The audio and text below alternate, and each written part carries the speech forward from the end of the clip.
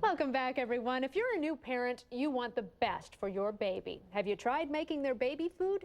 Marlene Sundquist, owner of Seedlings, is here to show us how easy it is and why it may be the best thing for your little one. Welcome to Daytime. Well, thank you. Cindy, we all know that there's a lot of problems with feeding our children today, starting from obesity, childhood obesity, type 2 diabetes, and of course, typical picky eaters and bad eating habits.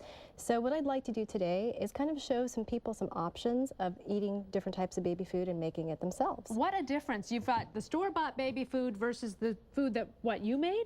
Seedlings makes it, yes, in the store, and we actually make our own food there. Wonderful. And you can really see the difference in color and texture and vibrancy. This is peas. This is peas. This is quite dramatic. I mean, that's greenish, but then look at over here. Right. Now, what is the difference? Well, this is blast frozen and it's fresh. So immediately after it's done cooking, it's brought to a freezing temperature within 10 minutes. Okay. And it's the actual food. These foods are called shelf stable. So unfortunately, they're put through emulsifiers and a lot of processing, and that's what the end product is. So if you just look along the line there, it's the same food, but looks very different. Sweet potatoes, apples, and corn. My gosh. Okay, a lot of people might think it's just going to take too much time. It's not convenient to make the baby food. Well, it's very easy, and today we're going to make a colorful pasta dish that's great for the entire family, and I'm going to show people how to do it for their toddlers and their babies too. Okay, well, let's do that. Okay. What have you brought? So we're going to start with this pasta, and you want to use an organic pasta. You want to stay away from whole wheat pastas because it can actually cause allergens. Really? Yes. Okay, that I did not know. I had no idea. Not until at least they're a year old. Oh. So we take an organic pasta that you can actually get in your local supermarket or a Whole Food store. Sure.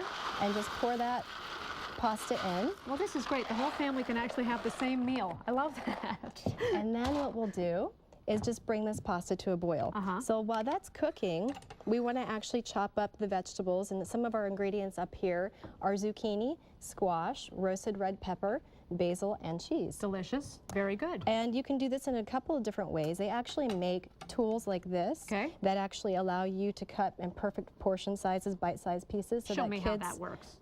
Is that going to work? No. I have to cut it first. Go for it. Okay. All right. And it should be, let me just cut the ends off here. Good. There we go. Do you have any children yourself? I have 2 children at home. And do you make their food? I do. Wow. And so now you have perfect squares, which you can also pack in their lunch boxes for finger foods.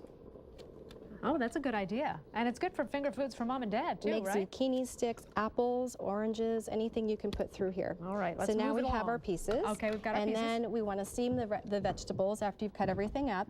And there's 2 ways that you can do this. I'm using a double boiler here today. Now, why do you steam instead of boil? Because it keeps the nutrients in the vegetables. Very good. If you boil it, everything goes into the water. So we gee. dump that in there. I got to talk to my dad. Boils the heck out of everything. The other option is to use one of these steaming baskets. It's very inexpensive. They're only a couple of dollars, and you can put them inside of any pot, so you can do this at home. All right. So And we've then- steamed our veggies. Yep. Now what? Now we pull the pasta and we drain it. So we have our drained pasta. You can make it al dente if you want to for your family, but if you were going to make it and puree it into baby food, we want to make sure that we keep it soft. So let's just chuck everything in there, Yes. right? Then we're going to put the zucchini in, This is a meat-free pasta dish. and then we're going to put the squash in. And then I use Parmesan cheese. You can use any cheese, but it's really high in calcium, and it introduces a new taste to the baby. Now, I've heard that kids, there's a reason why children don't like spinach, because their palates or their taste buds haven't developed yet, or they don't like broccoli. Right. And it's normal for them not to like it as children, right? You have to introduce a food 14 times to a child before they actually like it. See, they're not just being fussy, it's just nature. That's the way it is. The next is the red pepper, and we add some red pepper because it's high in antioxidants and it adds beautiful color to it. And then we add some basil to the top of it.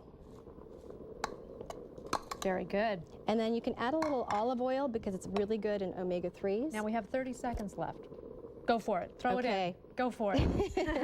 And last but not least, we've got the garlic powder, which a lot of parents ask me why I use garlic powder, but you really want to introduce lots of new flavors to babies, because if you don't, they're not going to be really picky eaters later. So this is the meal for the adults. If you wanted to make that for your toddler, you'd throw it in the blender here. Yes. And if you wanted to make it for the infant, you'd add a little water to that to really blend it up. Yep. Very good. There you go. And you've got these handy dandy things, and you can store these. These are, you could either put it in an ice tray, but these are better better because it's a multi-portion container that has the actual perfect portion inside of it. Great. They come in a variety of colors so you can distinguish what's fruits and what's vegetables, and when you're done, you simply turn it over, pop the back out, and you can close it up and put it back in your freezer. What kind is that? This is called a Biaba multi-portion. Very nice. Marlene Sundquist, I'm hungry, of Seedlings. Thank you very much. Thank you. Daytime will be right back. Don't go away.